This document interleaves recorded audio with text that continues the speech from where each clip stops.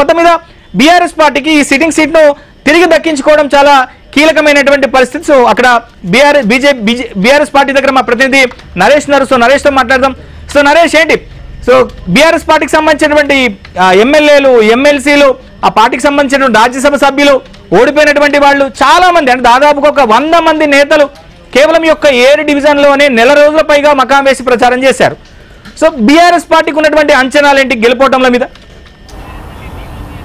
BRS పార్టీకి ఈ ఉప ఎన్నిక అత్యంత కీలకం. 2023 అసెంబ్లీ ఎన్నికల్లో ఓటమి తర్వాత మళ్ళీ లైన్ లైన్లోకి గాలిలో పడాలంటే ఈ ఉప ఎన్నికలో గెలిచి సిట్టింగ్ స్థానాన్ని దక్కించుకుంటే తప్ప రానున్న స్థానిక సంస్థలు కావచ్చు, జీహెచ్ఎంసీ ఎన్నికలు కావచ్చు, తిరిగి మళ్ళీ వచ్చే అసెంబ్లీ ఎన్నికల నాటికి పుంజుకోవాలంటే ఈ ఎన్నిక అత్యంత కీలకం. అన్నిటికీ మించి కేటీఆర్ వర్కింగ్ ప్రెసిడెంట్గా అన్ని తానై ఈ ఎన్నికను ముందుండి నడిపిస్తారు. సో మొత్తానికైతే బీఆర్ఎస్ పార్టీ గెలుపు మీద ఒక అంచనాకు వచ్చినప్పటికీ కూడా ఈ 3 రోజులు జరుగుతున్న పరిణామాలు కావచ్చు, పోల్ మేనేజ్మెంట్ మీద చాలా కీలకంగా దృష్టి పెట్టింది. వాస్తవానికి షెడ్యూల్ దాకంటే ముందే, అందరికంటే ముందే అభ్యర్థిని ప్రకటించడం, మాగంటి గోపీనాథ్ మరణం తర్వాత సంతాప సభల పేరుతో జూబ్లీహిల్స్ నియోజకవర్గాన్ని మొత్తం బీఆర్ఎస్ పార్టీ చుట్టేసింది. అటు అధికార కాంగ్రెస్, ఇటు బీజేపీ కంటే కూడా ప్రతి ఓటర్ని, ప్రతి ఇంటిని కనీసం 3 సార్లు టచ్ చేయాలన్న కేసీఆర్ సూచనతో బీఆర్ఎస్ పార్టీ దాదాపుగా వాళ్ళు పెట్టుకున్న టార్గెట్ని రీచ్ చేయాలని చెప్పి భావిస్తుంది. ఏదైతే ప్రచారంలో, ముఖ్యంగా ప్రచారంలో ప్రతి ఓటర్ని కలవాలి, ప్రతి ఇంటిని టచ్ చేయాలి, కాంగ్రెస్ పార్టీ ఎన్నికల హామీలను గుర్తు చేయాలి, 10 ఏళ్ల కేసీఆర్ పాలనలో జూబ్లీహిల్స్ ముఖ్యంగా హైదరాబాద్ ఎలా అభివృద్ధి చెందింది, 2 ఏళ్ల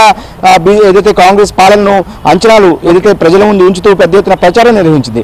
అయితే కాంగ్రెస్ పార్టీ అభ్యర్థిని ప్రకటించిన తర్వాత నవీన్ యాదవ్ ఎప్పుడైతే కాంగ్రెస్ పార్టీ అభ్యర్థిగా ప్రకటించిందో అప్పుడు బీఆర్ఎస్ పార్టీ కాస్త వెనకబడినప్పటికీ కూడా గడిచిన 10 రోజులుగా మళ్ళీ తాము తిరిగి గాడిలో పడ్డామన్న ఒక అంచనాకైతే బీఆర్ఎస్ పార్టీ వచ్చింది.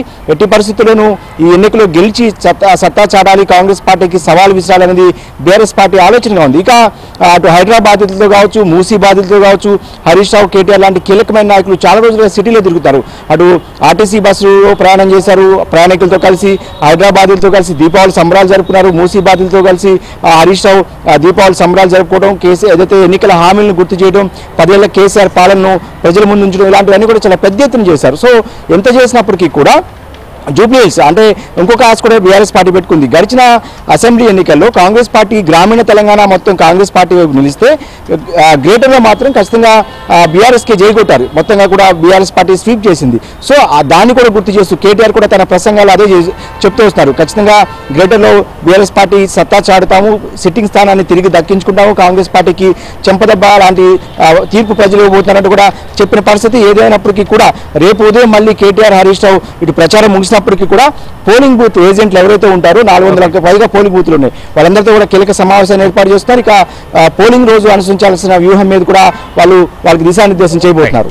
సో మొత్తం ఇది బీఆర్ఎస్ పార్టీ ఉన్నటువంటి ధీమా, ఖచ్చితంగా సిట్టింగ్ సీట్ను దక్కించుకుంటామనేటువంటి ధీమాతో బీఆర్ఎస్ పార్టీ ఉంది. ఎందుకంటే ఈ బీఆర్ఎస్ పార్టీకి అత్యంత కీలకం. ఆల్రెడీ ప్రభుత్వం పోయిన తర్వాత కంటోన్మెంట్ సీట్ని చేజార్చుకుంది. సో ఇప్పుడు మళ్ళీ జూబ్లీహిల్స్ కూడా ఉప ఎన్నిక వస్తున్నటువంటి నేపథ్యంలో ఈ సీట్ని కూడా చేజార్చుకుంటే సో వచ్చే 3 ఏళ్లలో బీఆర్ఎస్ పార్టీ ఉనికికి ప్రమాదంగా ఉన్నటువంటి పరిస్థితుల నేపథ్యంలో సో ఈ సీట్లు ఖచ్చితంగా దక్కించుకోవాల్సినటువంటి అత్యవసరం బీఆర్ఎస్ మీద ఉంది. ఇంకా మొత్తం మీద ఈ ఎన్నికకు సంబంధించి సో ఎన్నికల అధికారులు ఏర్పాట్లు అయితే చేశారు.